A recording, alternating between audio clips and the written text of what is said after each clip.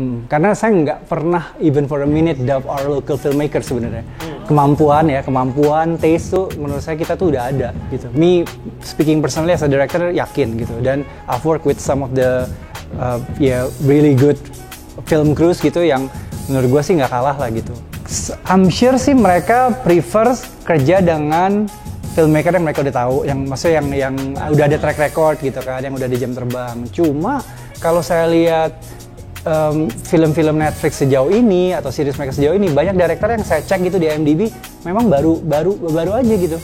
Kalau ide kalian kemungkinan bisa di syuting dengan skala kecil aja, artinya masih aman untuk di execute, please execute it. Dan satu lagi, karena sekarang zamannya udah zaman social media, zaman YouTube gitu kan, itu juga satu cara paling ampuh untuk bikin karya kita tuh dilihat orang gitu.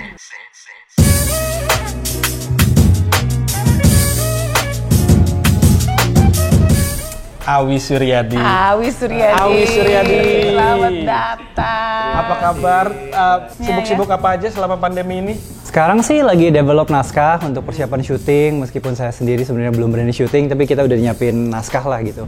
Udah nyiapin naskah, terus juga baca beberapa novel untuk planning ke depannya aja. Kalau tahun depan udah syuting, rencananya mau back to back gitu, jadi langsung 2 atau 3 film. Meskipun bioskop sudah buka, pertama apakah orang sudah berani nonton gitu kan. Lalu peraturan dari pemerintah pun yang memang nggak bisa ditolak adalah occupancy rate nggak mungkin 100% kan. Kayak luar negeri yang bioskopnya sudah buka, ada yang cuma 30%. Katanya sih ada yang ngasih 50%. Nah misalnya untuk film-film besar gitu, misalnya contohnya kayak film horor saya yang KKN di Desa Penari, kita kan berharap waktu kita desain produksinya kan, kita sudah desain film ini menjadi film besar. Artinya break even point-nya aja berharap di 1,5 juta sampai 2 juta penonton. Nah dengan peraturan occupancy rate yang cuma boleh 30 atau 50%, apakah kita bisa kejar break even point gitu kan? Itu yang bikin kita khawatir sih gitu sebenarnya. Jadi ya was-wasnya begitu ya. Cuma kalau enaknya sih yang saya dengar-dengar film-film lama yang dulu misalnya terpaksa turun karena film kan selalu memang antri di bioskop, itu kemungkinan bisa masuk lagi ke bioskop. Yang dulu misalnya cuma tayang berapa hari doang udah turun karena penontonnya kurang rame, bisa ditayangin lagi gitu. Kita sih seneng sih, sebagai filmmaker seneng, saya rasa sebagai produser si pembuat konten juga seneng karena kan memang artinya pasarnya bukan cuma bioskop nih sekarang. Sudah dibukanya blokir oleh Telkom untuk Netflix, akhirnya Netflix sudah official masuk Indonesia gitu. Udah ada netflix.id kan, Netflix Indonesia. Terus juga Disney Plus, Hotstar juga baru launching. Cuma dengan adanya Netflix, dengan adanya Disney Plus memang peluang besar untuk para filmmaker dan para produser karena memang akhirnya konten-konten kita yang udah siap dan akhirnya belum bisa tayang di bioskop karena bioskop belum buka, udah ada yang setahu saya aja MD Pictures sudah jual 2 filmnya yang harusnya masuk bioskop, akhirnya 2 film ini dijual eksklusif ke Disney Plus. Lalu Falcon, pemain besar juga di film, ada 2 film juga yang nggak jadi tayang di bioskop, kasih eksklusif ke Disney. Film Mulan memang rencananya sudah mau tayang di bioskop, akhirnya belum jadi. Akhirnya mereka make a bold decision, udah kita streaming aja di Disney Plus. Itu keputusan yang menggemparkan dunia perfilman. Semua orang nggak nyangka, gila akhirnya. Oh, jadi dia nggak ke bioskop? Nggak, jadi eksklusif di Disney Plus? Streaming dulu. Betul, untuk negara-negara yang bioskop sudah buka, dia tayang di bioskop dan streaming. Pokoknya streaming tuh dia berusaha make it available all over the world. Jadi Disney kan kalau negara-negara yang nggak ada bioskop ya mereka harus coba bisa tayang di streaming. Jadi mereka call it premium video on demand. Netflix juga nggak pernah menggembor-gemborkan. Maksudnya dia nggak beda sama promosi sebuah film di bioskop.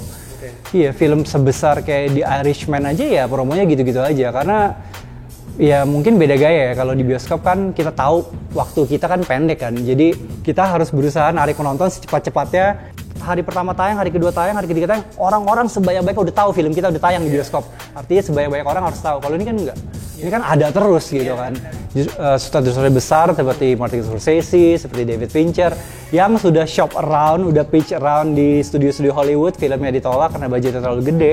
Mereka malah ke Netflix dan Netflix berani gitu untuk fund the project. Indie banyak, lalu foreign filmmaker juga banyak di Netflix. Jadi mereka memang mungkin berusaha cater to everyone's need aja gitu, karena kan nggak semua orang suka film superhero, nggak semua orang suka film blockbuster gitu kan. Jadi yang suka film yang niche gitu, very indie, yang very unique ya di Netflix juga ada. Kalau menurut saya sih Netflix bakal memilih bermain dengan filmmaker lokal. Jadi dia tidak perlu mendatangkan filmmaker dari negara lain untuk bermain di Indonesia. Kalau Netflix Indonesia, dia mendingan bermain dengan local filmmakers. Jadi flavornya semua negara beda dan authentic gitu. The demand is actually higher now gitu karena dengan adanya streaming services ini. Agak overwhelmed, tapi overwhelmnya bukan karena dituntut macam-macam, lebih kayak so many people are asking for content now gitu. Filmmaker Indonesia kan nggak bisa sebegitu mudah memprovide konten ke TV lokal karena memang udah beda market gitu. Budget dibanding generous sih mungkin bukan generous, cuma make sense gitu deh. Karena saya nggak pernah even for a minute doubt our local filmmaker sebenarnya. Kemampuan taste tuh menurut saya kita tuh udah ada. Cuma yang belum pernah kesampaian adalah opportunity dalam artian dengan production scale yang proper gitu ya. Gue cukup pede bisa sih gitu. Me speaking personally as a director yakin gitu, dan I've worked with some of the really good film crews gitu yang menurut gue sih nggak kalah lah gitu. Tapi justru berhubungan. Iya, karena kadang-kadang kita baru mau bring in our wildest imagination, udah di stop dulu kan produser. Aduh, kamu bikin adegan begini banget, nggak mungkin bisa gitu kita syutingnya gitu kan. Jadi ya itu, we're forced to think small jadinya gitu sebenarnya. Pasti tetap aroma lokal sih. Dan saya rasa memang itu yang Netflix mau. Jadi original content dari Indonesia secara rasa gitu pasti nggak bisa sama original content dari Thailand, dari Jerman, dari Spain gitu. Tapi memang itu yang Netflix mau karena supaya banyak pilihan kan. Kualitas sih harusnya pasti naik. Yang saya khawatirkan censorship sebenarnya. Itu saya belum kepikir tuh. Bakalnya gimana gitu kan? Kalau misalnya kita bikin konten buat Netflix, apakah kita tetap harus bergerak dengan patokan-patokan dari LSF? I'm sure sih mereka prefer kerja dengan filmmaker yang mereka udah tahu, maksudnya yang udah ada track record gitu kan, yang udah di jam terbang. Cuma kalau saya lihat film-film Netflix sejauh ini atau series mereka sejauh ini, banyak director yang saya cek gitu di IMDb memang baru aja gitu. Netflix sudah ada kerjasama dengan MD, saya tahu. Begitu kan, saya masih ada beberapa film yang harus saya selesaikan dengan MD. Cuma apakah ntar film yang saya kerjakan buat MD itu untuk langsung Netflix eksklusif apa enggak, saya nggak tahu. Terakhir kali meeting sama MD basically bilang, "Wih, kita sekarang udah kayak startup company lagi aja nih," gitu. Karena ya memang seperti tadi lu bilang kan, Pi, ya, semua orang bisa propose project ke Netflix kan. Jadi ya ada even a smaller company, kalau ide lu unik, ide lu keren, ya nggak harus MD yang dapat project itu. Soalnya uniknya film industri kan memang bukan sesuatu yang kita harus lulus secara formal di pendidikan itu gitu kan. Gitu. That's not what it takes gitu. 2 project sih. 2 project tapi keren. Iya. Duit udah cukup, Vi. Amin. Malu sih gitu kalau justru kan, apalagi sekarang dengan mereka itu ya kita secara sadar tahu oke, karya gue sekarang bisa available for everybody in the world gitu, as easy as just picking up their TV remotes kan. Nah kalau kita kasihnya ya cuma mass production doang, malu sih gitu. Shooting days sebelum-sebelumnya selalu pendek, maunya cepat, cuma sekarang udah mulai dikasih panjang juga. Nah, pre-production yang masih belum, yang mereka kayaknya masih belum terlalu belum terlalu ikhlas gitu, kayak ngasih pre-production 2 bulan, lama amat 2 bulan gitu kan. Itu juga sih, maksudnya itu yang saya ngerasain sejauh ini. Kadang-kadang saya lagi mau syuting film horor, ntar Sanjay dari MD nawarin pemain, saya bilang sebenarnya sih kurang cocok, kalau dia aja gimana? Aduh, dia belum mau main film horor gitu. Buat saya itu keputusan yang aneh gitu, karena mungkin masih terbatas untuk kita bisa syuting. Udah siap-siapin lah ide-ide kalian gitu kan, di rumah tuh jangan pernah berhenti nulis deh, kalau bisa nulis, kumpulin ide terus.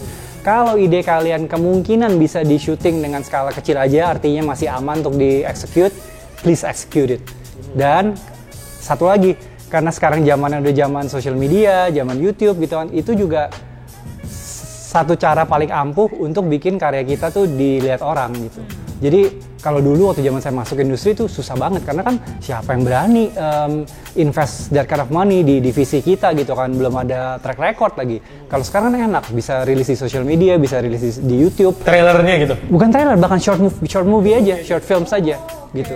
Iya, yang paling mungkin contoh paling dekat adalah direkturnya Shazam yang bikin Lights Out, yang bikin Annabelle Creation, itu juga dia ngetopnya dari YouTube karena dia bikin short films di YouTube horor, orang-orang suka, udah gitu viral, nyampe ke James Wan. Akhirnya James Wan produce his first horror film di Hollywood. Udah gitu direkturnya Evil Dead itu orang Spain kalau nggak salah. Spain sama Meksiko ya, Fede Alvarez itu juga ngetopnya di YouTube karena dia bikin short films juga di YouTube gitu.